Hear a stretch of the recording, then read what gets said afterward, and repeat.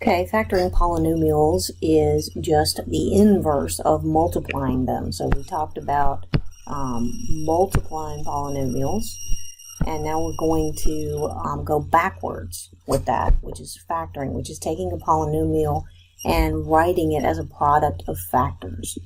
All right, so if you think about multiplying x times x plus 2, you distribute the x times x is x squared, and then you multiply the x by 2 and you get 2x.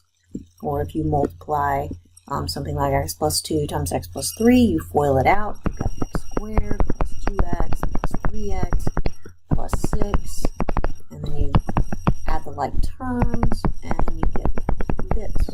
Right, now we're going to talk about what do you do when you start with the thing and you take it backwards and you find what the factors are of it.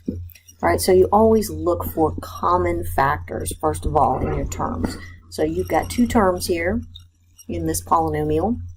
It's a binomial. And you look at each term and you can see that each term has a factor of x.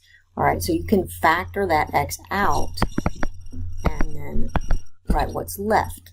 All right, so when I factor out the x, what do I multiply x by to get my first term, x squared? Well, I need to multiply by x. And then what do I multiply x by to get my second term, 2x? I have to multiply it by 2. So this is how you factor x squared plus 2x. You factor out the x that is common between those two terms, and then you just write what is left when you divide that x out. And there should be two terms still inside your parentheses. You started with two terms, you better still have two terms because this is supposed to represent this. There's an equal sign between them. They mean the same thing. All right, if you want to factor a trinomial, quadratic trinomial, you have to go backwards, just like you're starting with this and you're trying to get this. Well, how do you do that?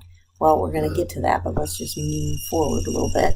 So like I said, the first thing you always do is to look for a common factor between your 2 or 3 or 4, however many terms you have.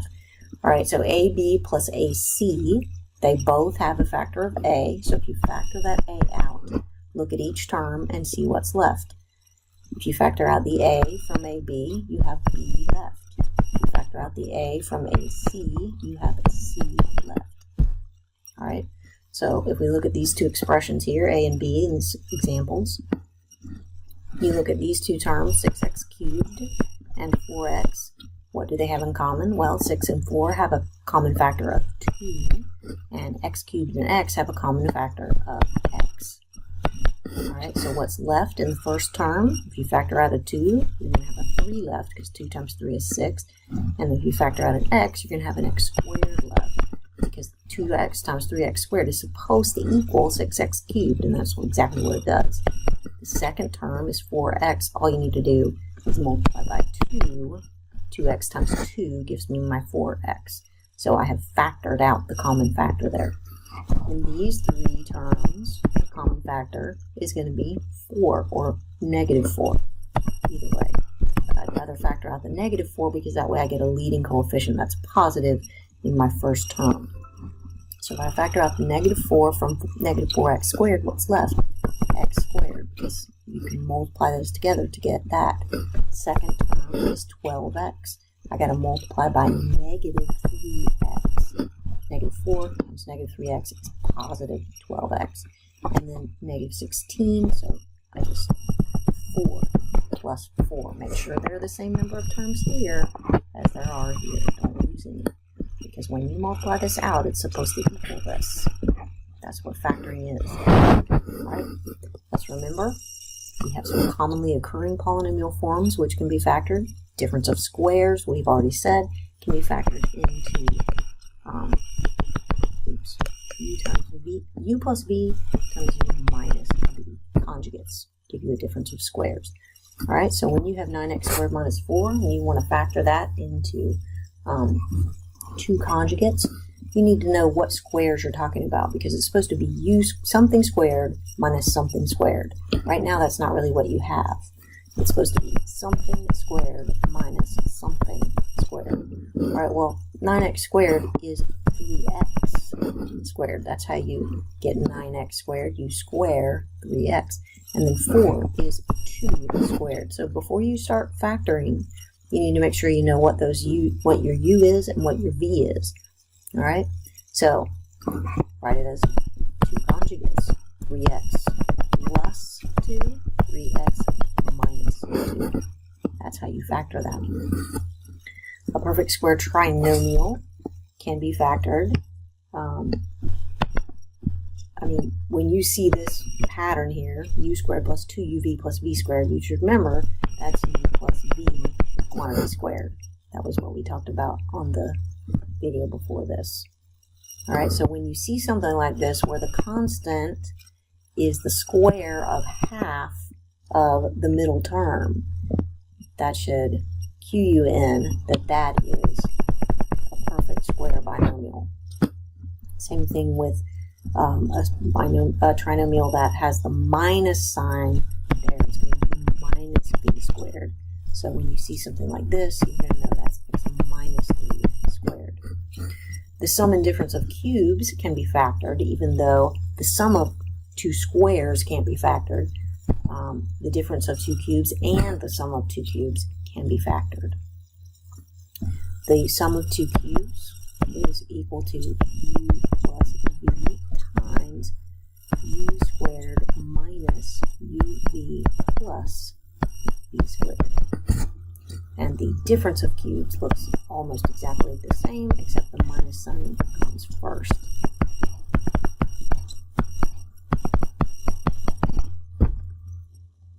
So when you have x cubed plus 8, that is x cubed plus 2 cubed. Those are your 2 cubes here. U cubed plus v cubed. All right, so your u is x and your v is 2. So use the pattern. That's going to be x plus 2 times x squared minus 2x plus 2 squared.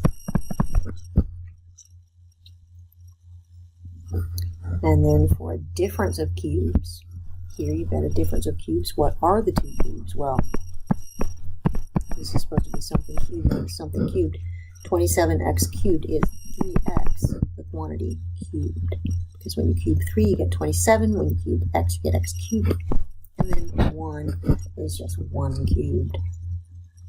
All right, follow the pattern. U minus v, so 3x minus 1 times u squared. So 3x, the whole thing squared, is 9x squared plus 3x times 1, so just 3x, plus 1 squared, which is just 1.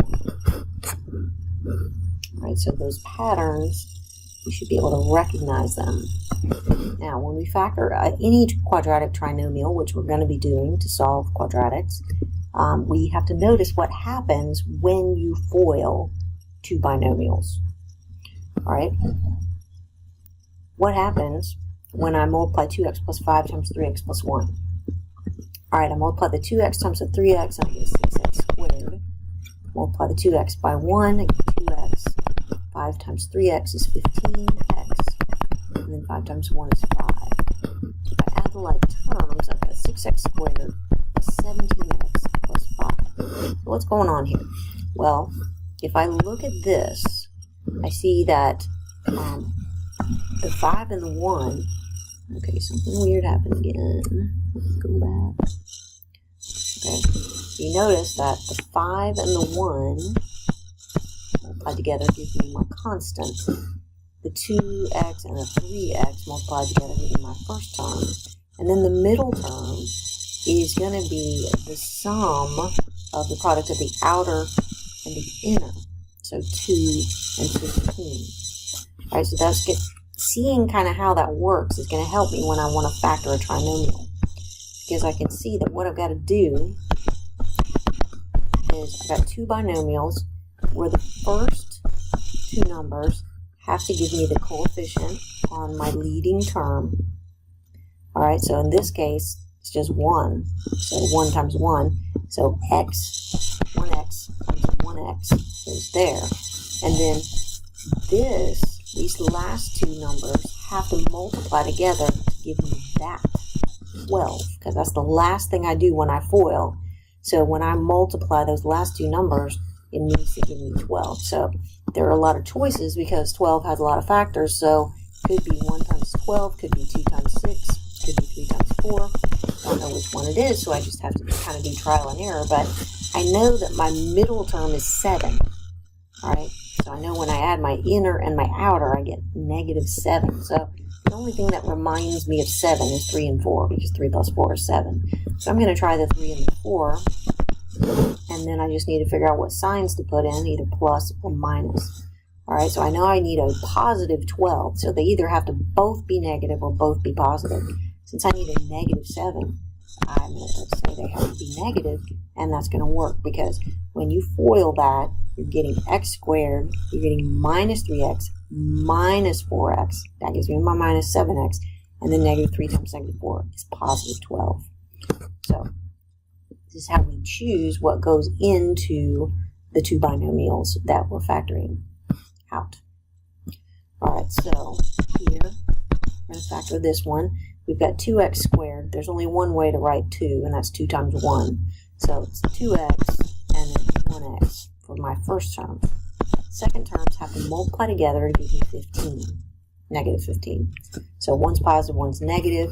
The only choices for 15 are 1 times 15 and 3 times 5. So I'm guessing it's the 3 and the 5. So I'll put the 3 here and the 5 here and see what happens. All right, well, if I do the outer, that's 10. And if I do the inner, that's 3. How am I going to get a 1 for that middle term out of a 10 and a 3? That's not going to happen.